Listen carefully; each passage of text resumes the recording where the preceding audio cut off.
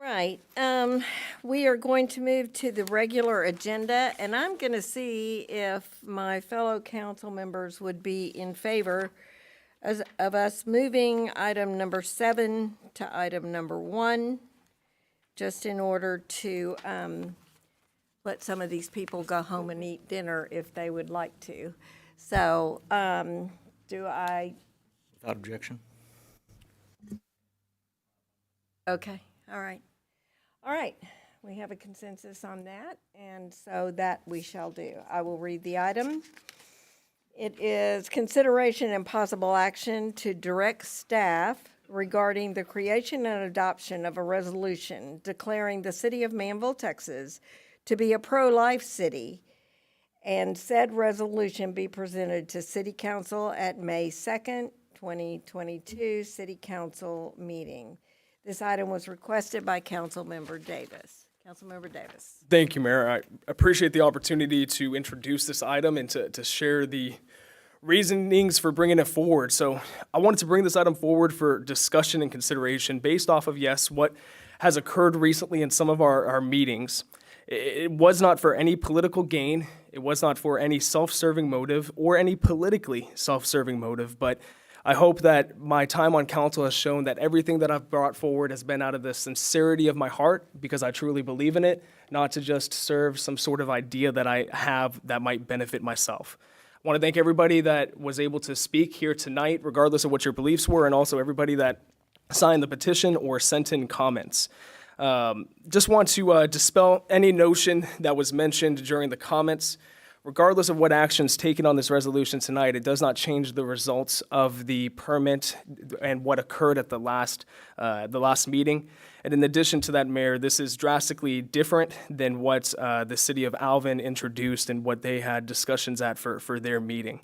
I previously provided it to staff, and I hope that everybody's had a chance to review what a resolution could look like, a template of one, so that way you could get into the nitty-gritty of it. I also included some citations of the conversations that is happening around these resolutions and some of the legal cases that have been tried and the outcomes of those cases. These resolutions and these ordinances are coming from a variety of organizations, a variety of people, and they have gone through the process. There is a national conversation occurring, Mayor, and we have the opportunity to speak into something early and to make a difference. I've sat in rooms with mothers and fathers who have been directly impacted by what we're discussing here tonight, and they want to see change. When looking back into history, I want to always make sure that I am standing on the right side of it, and that we as a council stood up for what we believe in, which is what we were elected to do. What I ask of us to do tonight is not to make the popular decision or succumb to any societal pressures, but to make the right decision. I think that we can agree city governments are there to protect the right to life, liberty, and the pursuit of happiness, that we sit in these seats to make a positive difference. Our charter states as such in section 2.07 that we are here for the protection and maintenance of good government, peace, and welfare of the city, for the performance of the functions thereof, for the order and security of its residences.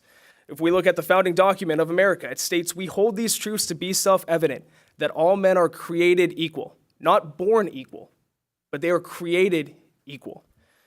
Additionally, 14th Amendment of the United States says that, "Nor shall any state deprive any person of life, liberty, or property without the due process of the law, nor deny to any person within its jurisdiction the equal protection of the laws." Tonight's not about whether we have the authority to issue a resolution, which the state and courts have affirmed that local governments do have that authority, but what it comes down to is whether we deem it proper. And I think that's the reason why I wanted to present this as a discussion tonight. What is the proper action for us to take regarding this item? And really that this resolution be determined based upon our core beliefs of the function of government and what impact government can make. I believe that it's making a statement. It's making a declaration that we will fight for policies that promote life, dignity, and humanity for every individual, either born or not yet born in this city. And it is, as mentioned, it is correct that this resolution is a framework for how we are going to establish policies in the future in order to best serve the citizens and the community of Manvel. And so, Mayor, I humbly ask for your consideration of this item tonight, and I appreciate any discussion that might be had. Thank you. Thank you. Any discussion? Who wants to go first? I'll step in. Okay. This is not a city issue. This is not something that we should be getting involved in. This is a divisive issue, and it serves only one purpose: to be divisive. If we're going to talk about being pro-life, it is not. Let's call it what it really is. This is anti-abortion. This is not pro-life. If we're going to be pro-life, then it's everything. It's expanding Medicare. It's providing living wages. It's providing health care without. It's providing food, water, necessities. This is not something that we can do. To put us, one of the things that I am proud of on this council is that none of us are red and none of us are blue. That we actually get things accomplished because we don't go to these lightning rod issues. First and foremost, I do not have a uterus. I will not make this decision for a woman. I absolutely will not. And I will not stand and in support of any of us telling another what they should do with their lives. Because until you can walk a mile in their shoes, until you can do that, even then, if you hold your religious values dear, it is not for you to judge. It is not for us to judge. And so we should not be making this stand. We should walk away from it. All right. Anybody else?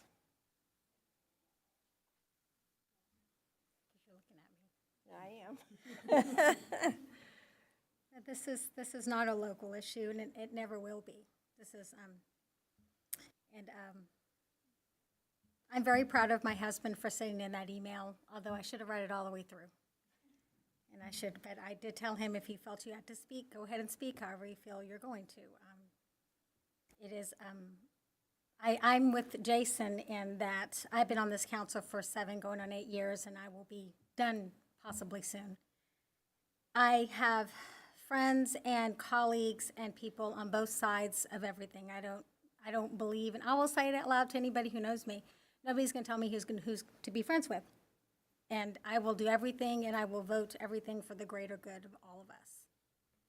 And we cannot, and we should not, and however it got this far,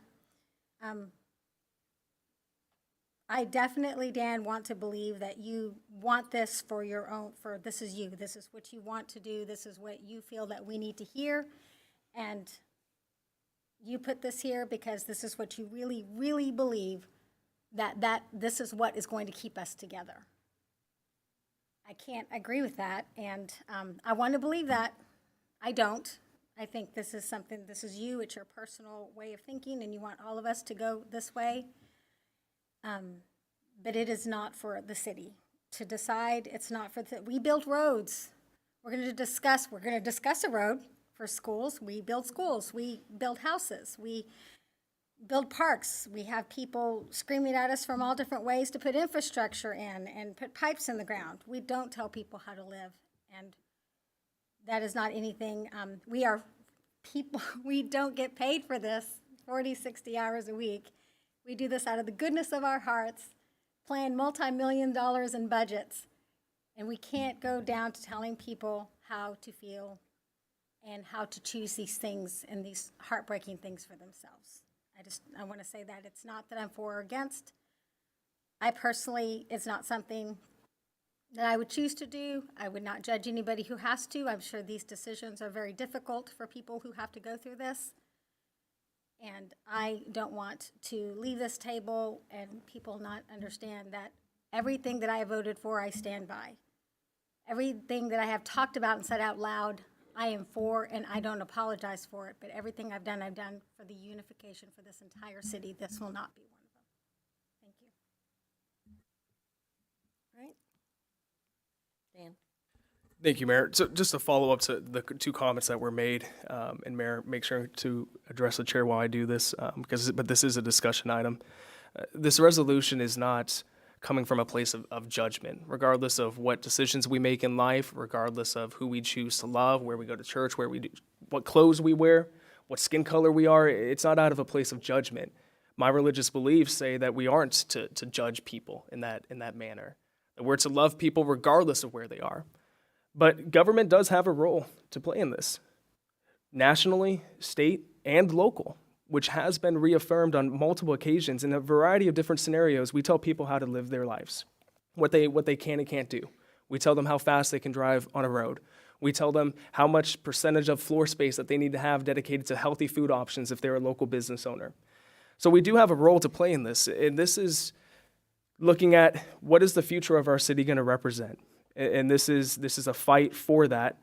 And I stand firmly behind my desire and my intention in bringing this item forward. And one of the things I think, Mayor, that we can all be proud of is that for us with this discussion tonight is that with all of our discussions, we have very respectful discussions. That we can disagree on a variety of issues, but we are still willing to have those conversations to make sure that at the end of the day, the best interest not of the city, but of the community is put forward. And so I appreciate the comments from my two other council members. And wherever this body lies on this issue, I do respect that, albeit I might disagree with the outcome. All right, Thank you, Mayor. anybody else? I've got one more to add. All right, I believe it's in the best interest of this community that we not take sides in this issue. It is entirely too divisive. Whether you think that abortion is right or whether abortion is wrong, or that healthcare is right or healthcare is wrong, it is a divisive issue, and we should not take a side. To take a side, to pass this, forces us to take a side. And I think that I thought I wrote it down, I didn't, but somebody said exactly the idea who spoke to us tonight, that they've taken pride in that we've built a community of all of us living and working together. Gay, straight, white, black, Hispanic, purple, rich, poor, we all come together to do the exact same things, and we don't judge one another for it. New Manvel, Old Manvel, we are one community, and we should take on issues that remind us that we are one community, and we should stay away from issues that serve only to divide that community. And I just don't see. I mean, I respect you bringing the matter, Mr. Davidson. I even earlier defended that you should be allowed to put an issue on even without having to convince anybody else for that reason. For this exact reason, you should be allowed to do it. But I think this is not who we are. This is not who we are as a community. I don't feel it. And I said from my very first campaign that there are going to be times that I'm going to disappoint you, that I'm not going to vote the way you want me to vote, but I'm going to vote the way I think is right and in the best interest of the community, and I stand by that. And I implore you to all do the same. thank you. My turn. I sit here with a heavy heart, and I say that not just because it's a really strong statement, and not because I think that it will draw you in, but because it's true. It's very, very true. I voted against, and I stand by that, the clinic being here, not because of what I termed when I went out to speak to the people who brought it forward, not because of the abortion per se line in it, but because I was offended and still am offended that this would come before a local body. It is not our purview. It is not our place. And I do take exception to the fact that what we are saying is a blanket statement for all of our citizens is equal to telling them how high they can build their house or how many square feet they can have in thus and so. And we do that for the greater good. This is This is an issue that doesn't belong in this arena. And I say that not because I am Catholic, which I am. I say that because I don't feel like this is our place. And quite honestly, as I said, with a heavy heart, because having said the previous statement, you might be able to gauge where I rest with this issue. But I'm the mayor of this city, and I take that very, very seriously. And I've had lots of angst about our last meeting and this being an issue there, and this meeting as well. But as Councilman Davis said, and I did express this to him previously before we came to the table, I have searched my soul on this one. And I cannot make this decision for an entire city when it is not my place. So with that, if we have no more discussion, Jerome? Just a comment. I got on council because I enjoyed living here in the city. And to bring a national, statewide type of issue, it would not be in the best interest of the city to put that out there. We have our own personal positions, and but it wouldn't be good for the city at all. It would definitely tear the city up. And I think we should move on from that, and vote on it. That's my position is a no already. So I would say you called the question. And so do I have a second? I'll second it, Mayor. And this is, just to confirm, this is just to give direction to staff to draft a resolution that would then be brought forward at the next meeting. Is that correct, Councilman? Let's back up. Yeah, just a clarification, Mayor. So the agenda item is to give direction to staff, not to vote on a said resolution tonight, but just to give direction to bring back a resolution. So if you vote in the affirmative, you're voting to give staff that direction to bring something back. If you vote against, then you're saying, I do not want to give the direction to staff. Okay. All right, so I have, did I do that correctly? I mean, I said he called the question, but he didn't really call the question. I didn't hear I understand the motion would be to direct staff to go forward with the resolution. I didn't hear who made the motion, although I heard there was a second. So I thought Jerome just said, I thought what his position was. All right, so Jerome, I would like to move forward with the vote on number 7 of pro-life. so you make the motion. Yes, I'm making the motion. I'll second the motion, Mayor. All right. All those in favor? All those opposed? And the motion fails 1-6.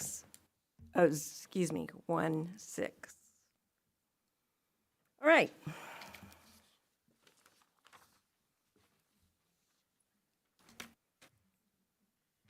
Now have consideration and possible action to schedule the canvass of the May 7th, 2022 election on May 16th.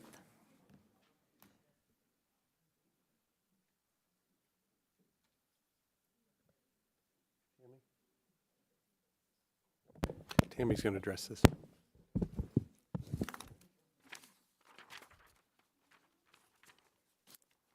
So for this one, it's required that you actually set the canvass date. The date is somewhat scheduled out already because you cannot have it until after the provisional ballots have been counted. The time frame, typically, we have to schedule a special meeting, but since we switched the council meetings to the first and the third Monday, this fell on a regular scheduled Monday. However, we still need a motion for action to set that date. So this is just setting the date that the canvass would be for May 16th for the May 7th election. Mayor, I'll make a motion to set the canvas for the date of May 16th for the May 7th election. We have a second from Councilman Tyson, and all those in favor? All those opposed? And the motion carries 7-0. Okay, consideration and possible action to approve a variance to the subdivision ordinance, Chapter 62, Section 62-11, additional street requirements for property located at 7401 Lewis Lane, and authorize the mayor to execute the the development agreement, tabled on 4/4/2022. Council members and Mayor, obviously, we went over this at the last meeting. We had some discussion about it. You tabled it, and we had some recommendations included in the documents that were included in the last meeting as well as on this meeting. There's a variance request from the school district to waive all of the requirements associated with constructing Lewis, Canaan, and the unnamed road on the east side of the property. The staff had come up with some suggestions. You need to make a decision on what you want to do with the variance request. We'd be happy to answer any questions that you would have, and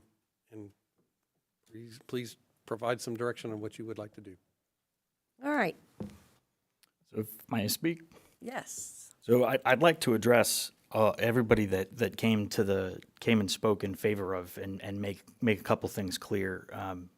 You have my support, and you have had my support from the beginning. I have heard rumors, and though they are rumors, I have to believe that the things that you've set up here confirmed them, that you have been sadly misinformed. And I am really disappointed with the leadership at the AISD that they would pit us as the issue here, because we are not the issue. We did not say that we don't want to do this. We are not the obstacle. It's quite the opposite, is that it appears from my seat that the AISD failed on their part to understand, despite the fact that project after project that they've done in this city, they knew or should have known what the requirements were. And then they failed to budget. And rather than teach the kids that, hey, when you make a mistake, you own it, they would rather turn around and point the finger at us and blame us, and then blatantly tell us that if we don't give the variance, it's our fault that the ag center doesn't get built. And I do not and will not accept that blame. I absolutely will not accept that blame. If this district can spend the money that it spends on sports facilities and extracurricular activities for them, then I want to know why they're not willing to spend that money on the ag program. Why are they saying that because they screwed up and that they didn't realize that they had to build these roads, are they trying to say that the city's keeping from doing it? You know what? Take some of the money out of the stadium and build the road. Take the money that they need out of bond money or do whatever. But they have a responsibility to this city, they have a responsibility to the taxpayer, and they have a responsibility to the community to do what everybody else in the community has to do. And so we've got recommendations. I think I made the motion to table the matter last time because they led me to believe that they had no idea that what was coming or that they had these responsibilities when in fact they knew or should have known. And so I think we should take the matter to vote. Thank you. All right. Yes. Thank you, Mayor. I'll take a little bit of a softer tone than Councilmember Jason Albert. He's a little bit more passionate than I am. So appreciate all the parents and the students that are here tonight. I've had parents and students that have also reached out to me, and I think I can speak only for myself, but with Councilmember Albert, what he said, I think all of us want this project to move forward. We want to see the expansion happen. It's going to serve I'm a taxpayer to the school district. My kids don't attend the school district. I'm still a taxpayer, but that's another issue. But we want to see it happen. It's going to benefit the students. It's going to benefit the parents that have kids in the school. I think the matter revolves around whether or not a variance needs to be granted for the road. Or is there a way to meet in the middle to find compromise on both sides?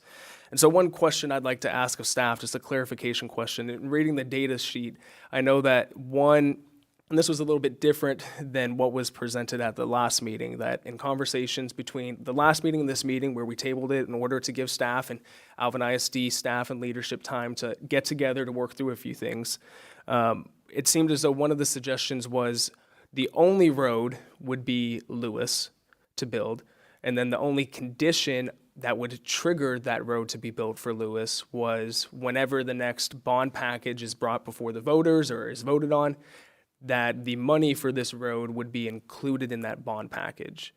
Did I understand that portion of the data sheet correct? That was part of a discussion that I had with several of the AISD staff members. And again, it's a condition that the council could consider. I don't know if the school district would be willing to do that, possibly. But that was a suggestion that we had made during an informal meeting. So yes, that is a possibility, at least an idea that we could include in the conditions. And for transparency's sake, would either Kyle, you or Jessica be able to run through what some of those conditions might be, what some of the options available to council tonight? From the previous, What's in a Okay. sense on the table for us tonight? well, the five that were in previously, two of them probably will never happen. One is if it would trigger the construction of the road if the district sold the property. They will probably never do that. If they subdivided the property, they will probably never do that either. The other two is if there was an abutting property owner that did something that triggered the platting requirement and that forced the construction of their part of the road, then the adjoining property owned by the school district would have to be built. The third one, or the fourth one would be if the city decided to build a road, part of the road, then it would trigger the school district's property. And then the last one was upon the 10th anniversary of the approval date of the agreement. So there was a point at which the road would need to be built at some point in the future. 10 years is what we put in there. Again, if we wanted to do a further out or a trigger for a bond election or something like that, that's when it would be the requirement on when that would be paid. I appreciate that overview, Kyle. And one of the things I think I made mention at the last meeting, and I'll just reiterate it tonight, having that 10th anniversary for just simply the escrowing of the funds at that point has been a very lenient position from staff. In the past, it's been where developers have to build the road up front. If you're a single residence owner, single property owner, and you're doing something, you escrow it up front. The only time that I've seen the city be a little bit more lenient was for a nonprofit 501c3 religious organization that said over the next 5 years from whenever we approved the variance, you have to take a portion each year. So granting a 10-year window, I think, was a very lenient offer from staff compared to what we've done in the past. And I think it's a symbol of our spirit to work together with the school district, because we could say, you know what? No, you have to build the road now if we wanted to. That doesn't make a lot of sense, and so we're willing to work together. So I think you've given us some good options to consider. Thank you, Mayor. Okay. Anybody else? Throwing this out there. Is it still a consideration? And I feel like these negotiations need to happen not out here. Because not everybody who is in here are the people that negotiate like you do at the table, with all your cards in front of you. I know it's difficult to get these things passed on bond because it's difficult to get parents and voters to understand that these things have to be paid for. I get it. Do you think, and something to consider, and I don't know if what we're going to have to decide is either no now or push you back to the table, I'm not sure, there would be amicable to just tying the cost of this to whenever it's going to be decided what's going to happen to EC Mason. Because it might be more than 10 years when they do something with it. It might be sooner. And then the way I understand the bond now is that I don't remember if it was included with their bonds that they just passed, that they had to make a decision on that facility. And that might be a little bit further out in order for them to address that at that time. Just a thought, I mean, because 10 years, like Davis was saying, very lenient, let's do it later. And if that's not something that they can do for whatever reason, could we, or do you think they would be amicable to attaching it to whatever plans happen to the EC Mason that's there? Just a thought. I can't speak for the school district, so whether they'd be amenable to it or not, we have people here that might be able to answer that much better than I could. I wanted to sympathize, and I'm getting it from both sides the same way. We're asking the taxpayers, and that's what we're doing. We would be they're asking the taxpayer in the absolute worst time. I'll say it. Everybody just got their tax bill. I'll say it. And at the very worst time, the school district is asking the city to absorb anywhere from $250 to $3 million just to do it, because right now they don't have enough money to finish a project. That's exactly what it is. It's a hard pill to swallow. And I just want to say, and like in the spirit, again, as Davis was saying, to try and find a way, because this is a program that keeps us rural. I already had a feeling, and I had heard that a lot of people like this program because this is, we're turning into subdivision. This is the thing that keeps people here, and whatever we can do to keep us on the map and let Manvel keep growing in this area and continue to make us a good site for that education purpose. I want to try and plan and or absorb a little bit, but I know that it's a very unpopular position because I'm asking the taxpayer to say, by the way, when you look at your bill, let's just understand that they have to educate and build for a lot of kids. Not a popular opinion. That's why they need this money. It's a lot of kids, and there's always going to be more kids coming in. And on the flip side, for them to understand that, is there a way that we can just help that blow be not as hard on the city side, just to help? Is there, again, any other way that we can make something that we can help in some way in this unpopular thing? Obviously, Lewis Lane is not needed as a major thoroughfare right now, even though it's on the city's major thoroughfare plan. The amount of traffic has gone down since the new EC Mason has been built, and there's a lot of stacking. The school district did a great job designing the lanes that are on their property to get the traffic off of what was Lewis Lane and Cemetery prior to using the old EC Mason location. So there is no need right now to construct Lewis Lane from 1128 to the sort of the end of the ag barn as a major thoroughfare. There will be a time that it will be needed. I don't know when that's going to be, 10 years or 15 or further out than that possibly. But as you said, that would be, if the council wants to, you can transfer that responsibility and that cost from the district to the city. But that would be what you would be doing, is there is an obligation at some point in the future to construct that road. Right now, the school district owns both sides of it for, I don't know exactly, 2,000 feet or some 1,500 feet from 1128 all the way to the end of EC Mason. And then there's a part of it on the south side that is adjacent to the ag barn. So there is an obligation as a developer for any developer to build part of the roads. Again, if the city wants to, if the council wants to take on that responsibility, it would be something that the city would have to pay for in the future. It wouldn't have to be right now, but there's going to be a cost. And obviously, the price of concrete today and the price of concrete 10 years from now or further out is going to be more. So there's going to be a cost associated with that decision. Okay, can I have a turn first? Sure. Okay, thank you. I think we need a couple of points of clarification here.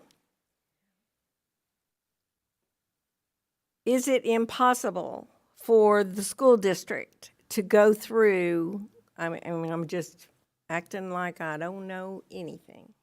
Is it impossible for the school district to go forward with the improvements that they want to make on the property without dealing with the roads at this juncture?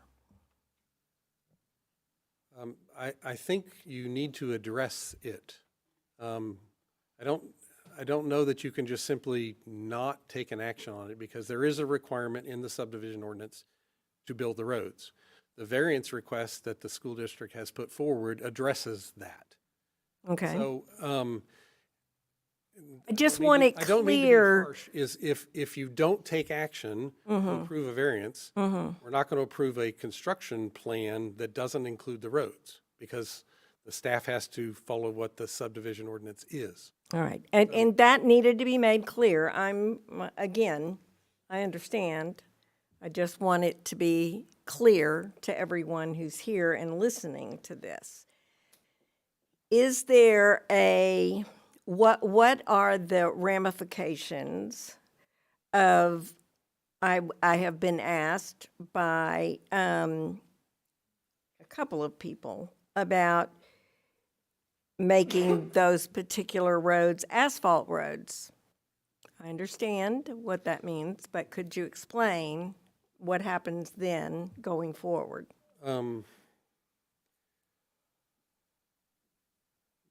At some point, let me take it in sort of steps. Canaan and the unnamed road on the east side of the property are less of a concern if they are not concrete, because they are not thoroughfares. They are not major thoroughfares. Lewis is considered at some point to be a 4-lane divided road. 80 feet across and a 4-lane divided road. So I don't know that you're going to want to construct a 4-lane divided major thoroughfare out of concrete. Asphalt. I'm sorry, out of asphalt. In the past, I think the council has considered some sort of partial payment or partial escrow to allow a developer to build an asphalt road instead of a concrete road. And the thing that comes to mind is Access Church, which is a 5-acre piece of property on McCoy across from the high school and just south of Lewis. Canaan actually goes through there, and I believe the council allowed a variance or considered a variance that would allow an asphalt road to be built on the south side of that property instead of a concrete road. So there is a possibility, but that was a city street. That wasn't a major thoroughfare. If the council wants to sort of provide for lack of a better word, a discount, and the school district only sort of paid for the asphalt cost of a concrete road, that would be another possibility if you want to take on the responsibility of most of that road, but not all of that road. So, does that help? Yeah, I think there's some clarity in that. I will say that I'm not in favor of the citizens of the city of Manvel taking on the millions of dollars that it will cost to curb and gutter these roads, as opposed to the district. I feel like we have, offered some pretty, some pretty lenient exceptions to what we would ordinarily do. And so this is not, and while I'm speaking and then I'll stop, this is not the city of Manvel not supporting the ag program. I am 1,000% in support. Have been to the senior ag students every year to their graduation ceremonies, and have really enjoyed speaking to the individual students who have excelled and those who have those who have done all that hard work that it takes to wake up extra early and feed your animals and then go and clean their pens.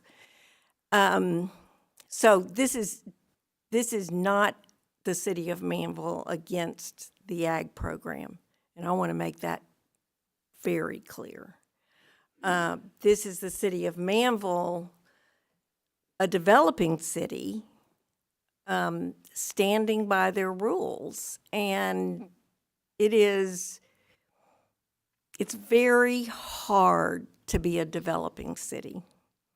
I mean, right around, we have some really crummy roads. We have some really terrible ways of getting around this city.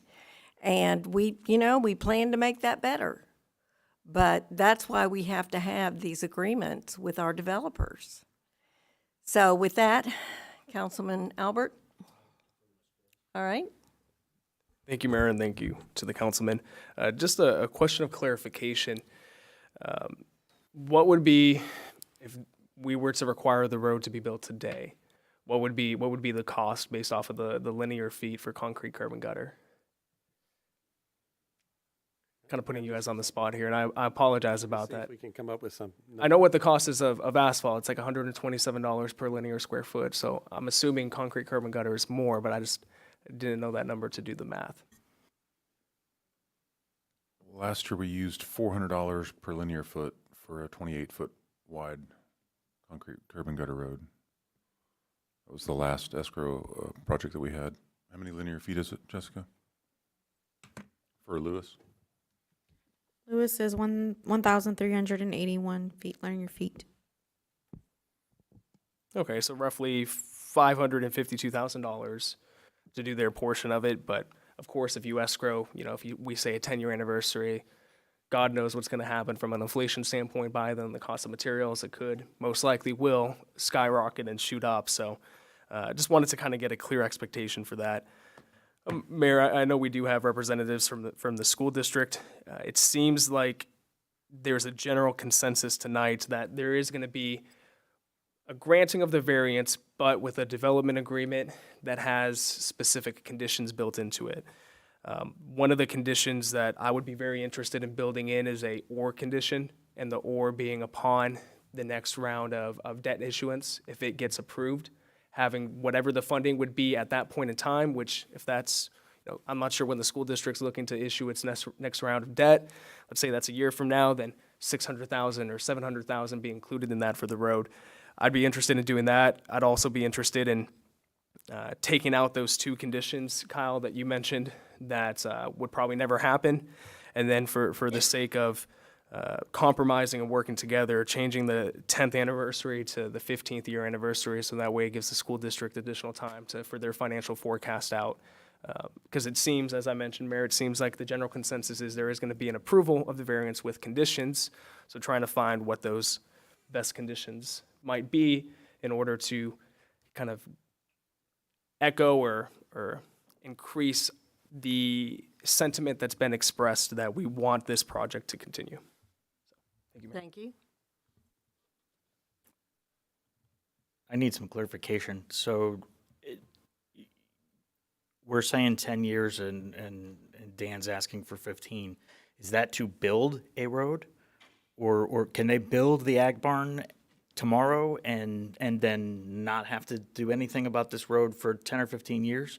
That was the suggestion in the motion, or in the set of recommendations, is that the variance would be one of those multiple conditions, whichever one would trigger it first, the last being a time period. So they would be able to go and do whatever improvements they have planned for that $1.7 million on the facility itself. The roads would be the last thing when it gets triggered by one of those conditions. And they wouldn't have to put up an escrow, they'd have to put up the money at the time that whatever that trigger is. Okay, so is a trigger the way it is written? Because let's be clear, Superintendent Nelson said that unless we absolve the district of building the road, period, her threat is the project will not move forward. We're trying to find a compromise. And if Mr. Davis's compromise is 15 years to build the road, is the trigger that they start moving dirt on the ag center and now they have to escrow money? Or is it that they can build the ag center and from the time they start building, they have 15 years to build the road or give us the money? It depends on, which ones you select. That's the first thing. The second thing is the anticipation is not to escrow any money. You're going to pay, the school district would pay it at the time that the road would need to be built. So we'll let them, for argument's sake, we'll let them file their paperwork and they can start building this building next month. And then they have 15 years to build a road. Unless there's another trigger. Okay. If the city, 5 years from now says we need Lewis built, then we'd give them notice and that would trigger it. Again, those other two things, if the city did it or if an adjacent property owner did something to trigger the plating requirement that required them to build the road, that would trigger it as well. Because they're only going to, the other adjacent property owner is only going to build half of the road. And the idea is you want to get the money to build the entire span of the road. You don't want to build half of a concrete road. I think these are all reasonable, reasonable tokens of support and effort to do this, especially given that I will applaud the AISD for saying, hey, this isn't something we budgeted for. We got a little extra money. Let's build this building now. Great, we're taking that into consideration and saying you don't have to build this extra $2 million worth of road now, but I can't in good faith absolve them from the responsibility and shift that burden to the Manvel taxpayer, from the AISD taxpayer, because there's a whole reason that the AISD has a wider catch of a tax base, and this is one of those things. So I would support the recommendation and add the extra 5 years, but not remove the requirement altogether. Yes, sir. Thank you, Mayor, and thank you, Councilman Albert, for your support for that recommendation. I'd like to just reiterate the bond, if the bond package is approved, adding that as a condition. Now, I do have some concerns about if the budding property owner basically plats, that would trigger it, as well as the city building. Putting myself in the shoes of the CFO for the school district, Daniel Combs, thinking of a governmental entity, I mean, we have our budgets set. Yeah, you have a little bit of contingency in your budget. Sometimes you're even projecting out what your budget might be based off of the 1,000 additional students the school district's receiving every year, what we're going to have 3 years from now. The school district continually sees the state change up how their funding is coming, and it looks like that might happen again with the possible homestead exemption changes. Can we give a little bit of a wiggle room or some cushion in regards to, hey, the city's saying you need to build it, you need, what's the window of opportunity there? Because I don't want to catch the school district off guard saying, hey, the city's saying 5 years from now you have to build it. You have 60 days to get us this money. Kind of what's the window, what type of cushion can be set for that? I know, the city doesn't operate that fast, no offense, but there is a little bit of room. But just kind of thinking through that, I just want to make sure if we move forward that the school district isn't caught off guard. If you want to give the school district as much advance warning, do it in a certain period of time. You don't have to build it between now and 10 years from now. And just say, at 10 years from now, you have to build it. Or you include it in a future bond issuance and sort of make those two conditions. If I was the school district, it wouldn't be on a bond issuance for 10 years. And then at that time, then it would be built. So if you want to give the school district as much advance warning, give them a time period by which it has to be built and not trigger it by the other things. Yeah, I don't think we should dictate to the school district how they pay for this road. I think we should just tell them when the road needs to be built, period. Let them decide how they want to pay for it, not dictate their fiscal policy. Mayor, if I may, so I'll offer forward a recommendation, and I don't know if we want this to be in a motion, what would be the proper Robert's Rules of Order to do this, but my recommendation would be then that we strip the other conditions, all other conditions besides the 10-year anniversary condition. But because we're stripping those other conditions, we keep it at the 10 years, as that's a reasonable time there. So that would be my recommendation if we're considering recommendations. So Dan, your motion would be to approve the variance and development agreement with the only condition being the one that you just stated. Okay. The remaining the conditions that are in the draft would be deleted. So Mayor, I'm more than happy to make that motion if there's no more discussion. Do I have a second? Make a second. Okay.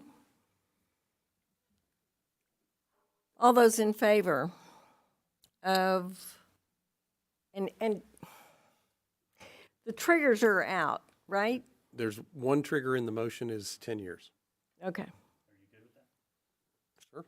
That's up to you. You're making the decision. It probably would not be needed before that. And if for some reason it was, then the city would pay for it. The school district would not be obligated to pay for it any earlier than 10 years from now. Yes, sir. Clarification, Mayor, thank you. But they would still be, and at that point, it would almost operate under the premise of being a reimbursement, because they would still be required to, in a sense, escrow their funds. So while we might pay for it year 5, year 10, school district would, in a sense. I think that's reasonable. Okay. A reasonable interpretation of that. They'd be obligated to pay it at year 10, whether the city paid for it earlier than that. Reimbursable fund, yes. Yes. Why would we not just table it and let y'all go back and talk with them to make sure that this is something they're even going to agree to? Because she said, say yes or nothing, and it's important to everyone to make sure that it happens. So before we like stamp it and say this is how it has to be done, shouldn't they go back and talk with you about the options that you've provided and kind of, figure out if that's. A suggestion might be if you want to do that, is to table it tonight. I think they've heard the discussion, and then you can bring it up at the next council meeting. I assume that we would have some sort of response from the school district shortly, and we could let you know what that is. I think that's a more reasonable approach, okay? My understanding, Mayor, and Kyle, is that the school district has a 30-day bid window. And at their last board meeting that they authorized the awarding of the contract. While it has not been signed, the authority is now with the school district administration to be able to sign it. You have the ability to stretch it. Okay. I'm good with that then, Mayor. Okay. So, I make a motion to table this item until the next meeting. Yeah. I'll second it. Okay. All those in favor? All those opposed? And so the motion is tabled until next meeting. In the interests of good government amongst governments, it is tabled. There you go. So eloquently stated by Councilmember Albert. All right. Number 3, consideration and possible action to approve Resolution 2020R-03, a resolution by the City of Manvel, Texas, finding that CenterPoint Energy Houston Electric LLC's application for approval to amend its distribution cost recovery factor pursuant to 16 Text Admin Code 25.243 to increase distribution rates within the city should be denied, finding that the city's reasonable rate case expenses shall be reimbursed by the company, finding that the meeting at which this resolution is passed is open to the public as required by law, requiring notice of this resolution to the company and legal counsel. The city has original jurisdiction dealing with electric franchise agreements. You have a resolution before you that would deny it's called a distribution cost recovery factor. CenterPoint Energy is looking to recover $198,422,017. You would deny that, and it would automatically be appealed to the Public Utility Commission. The city has an agreement with Lloyd Goslink. It's a law firm out of Austin that helps on all of the rate cases. They would go back through this and help determine if the costs are appropriate. And then there would be eventually a settlement that is approved by PUC. So we're recommending that you approve the resolution. So approving the resolution denies Denies- the increase. Yes, and sends it to the PUC. Okay. I'll make a motion to approve. I'll second. All those in favor? All those opposed? Motion carries 7-0. Number 4, consideration and possible action to approve ordinance 2022-0-12, an ordinance amending ordinance number 2021-0-29, amending the city fiscal year 2022 budget ending September 30th, 2022, by amending the capital projects fund to account for the purchase of real property and other costs associated with the purchase, directing the budget officer to file or cause to be filed a copy of the amended budget with the city secretary and with the office of Brazoria County Clerk, and providing this ordinance shall become effective from and after its passage and adoption. Mayor, actually, it's kind of a simple budget amendment. At the last council meeting, the council authorized the staff to move forward with the purchase contract for that piece of property. Chris has come up with a budget amendment that would include the purchase price plus additional money for asbestos survey, a land survey, and if there's any remediation that would have to be included. That would be included in this if it's under the total amount of $400,000. Okay, did he steal your thunder? Pretty much. Sorry. If Chris wants to add anything, he can. This possibly could have been added last council meeting, but we were not very certain on whether or not the sale would actually go through, and there were no definite numbers that they could give me so that I could do a budget amendment last time. I would have just been shooting blindly in the dark, and that never works out very well. So we decided to hold off on this part of it, bring it back this council meeting, and have more certain numbers that we could use. All right, I move to approve. I'll second. All those in favor? All those opposed? And the motion carries 6-1. All right. Number 5, consideration and possible action to approve the first of 2 readings of ordinance 2022-0-13, an ordinance amending the Code of Ordinances of the City of Manvel, Texas, Chapter 53, Signs, by revising Section 53-10-2 pertaining to the removal of political signs after an election, providing a penalty in an amount not to exceed $2,000 for any violation of any provision of this ordinance, repealing all ordinances or parts of ordinances inconsistent or in conflict herewith, and providing for severability. At the last, at the last council meeting, the council asked for sort of a clarification in the sign ordinance.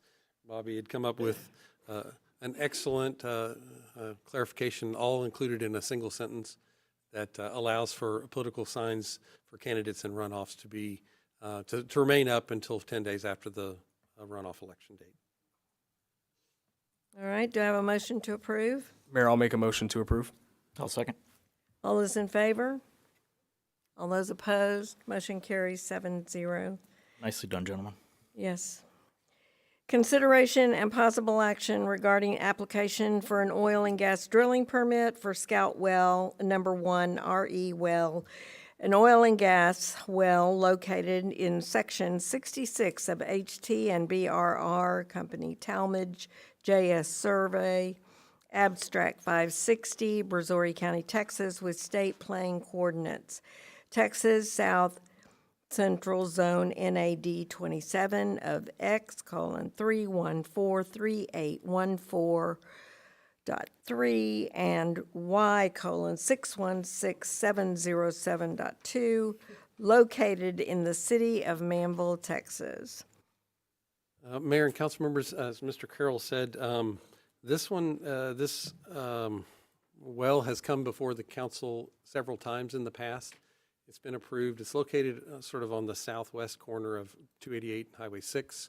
In your packet, you have a little bit of a PowerPoint that or presentation that kind of shows you the sort of the timeline. The council's approved it in the past. I don't see why the council wouldn't approve it again. I don't know if Tammy has any additional information that She's been working with the applicants, so we'd be happy to answer any questions. If not, you can approve it again. Mayor, I have a quick question, if I may. Okay? Thank you, Mayor. Appreciate Mr. Kirby Carroll for being here again.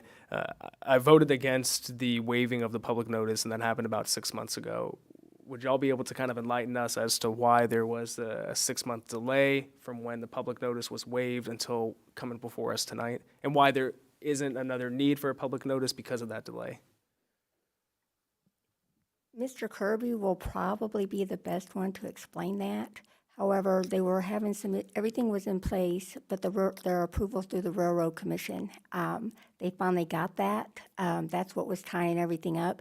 We could have brought it to y'all with the anticipation that you would maybe approve it contingent on that, but we wanted to make sure we had every line, every T crossed, every I dotted, with the full, complete packet. So we've got the insurance, all the reviews, the recommendation, the approval from the Railroad Commission, the bond, all of that is in place. Now everything is complete for them to move forward. And I don't know if there's anything else that, He's enthusiastically nodding his head, so it seems like. Okay, that's all I have, Mayor. I'll make a motion unless anyone else. I'll make a motion to approve. All right, all those in favor? All those opposed? And the motion carries 7-1. 6-1, excuse me. Okay. I hope you find oil there. That's all I'm saying. That would be a real spark in the city of Manvel, wouldn't it? Huh? Okay. Do I have a motion to approve the consent agenda? Make a motion to approve. I'll second. All those in favor? 7-0 vote, thank you. And any mayor and council comments? Yes, Mayor, real quick. So we all received the tickets for it. The Business Expo Taste of the Town's happening this week. We also have for the chamber the State of the Nation luncheon that is happening tomorrow with Congressman Nels. Chief, I'm going to put you on the spot here for a minute. I believe that we had an officer, a sergeant specifically, that got a pretty prestigious honor. Would you be able to share who that was and what they received recently? Yes, every year the 100 Club of the Brazoria County have a banquet, and we nominate officers that perform well throughout the year, each year. This year, Sergeant Chris Day was nominated by his peers as the representative for the Officer of the Year for the city of Manvel. Basically, what happens is we present the nominations to the 100 Club of Brazoria County. Their committee looks at each nomination, and they vote for the Officer of the Year for Brazoria County. They selected the second runner-up, first runner-up, and the Officer of the Year, and Sergeant Chris Day was actually the second runner-up for Brazoria County for Officer of the Year. Thank you, Chief, and congratulations to Sergeant Day. Thank you, Mayor. Yes, sir. I'd like to remind everybody that you have less than 3.5 hours to file your extension or pay Uncle Sam. Oh, the woes. Huh? Okay, do I have a motion to adjourn? Motion to adjourn, Mayor. I'll second that motion. All those in favor? Motion carries 7-0. Thank you.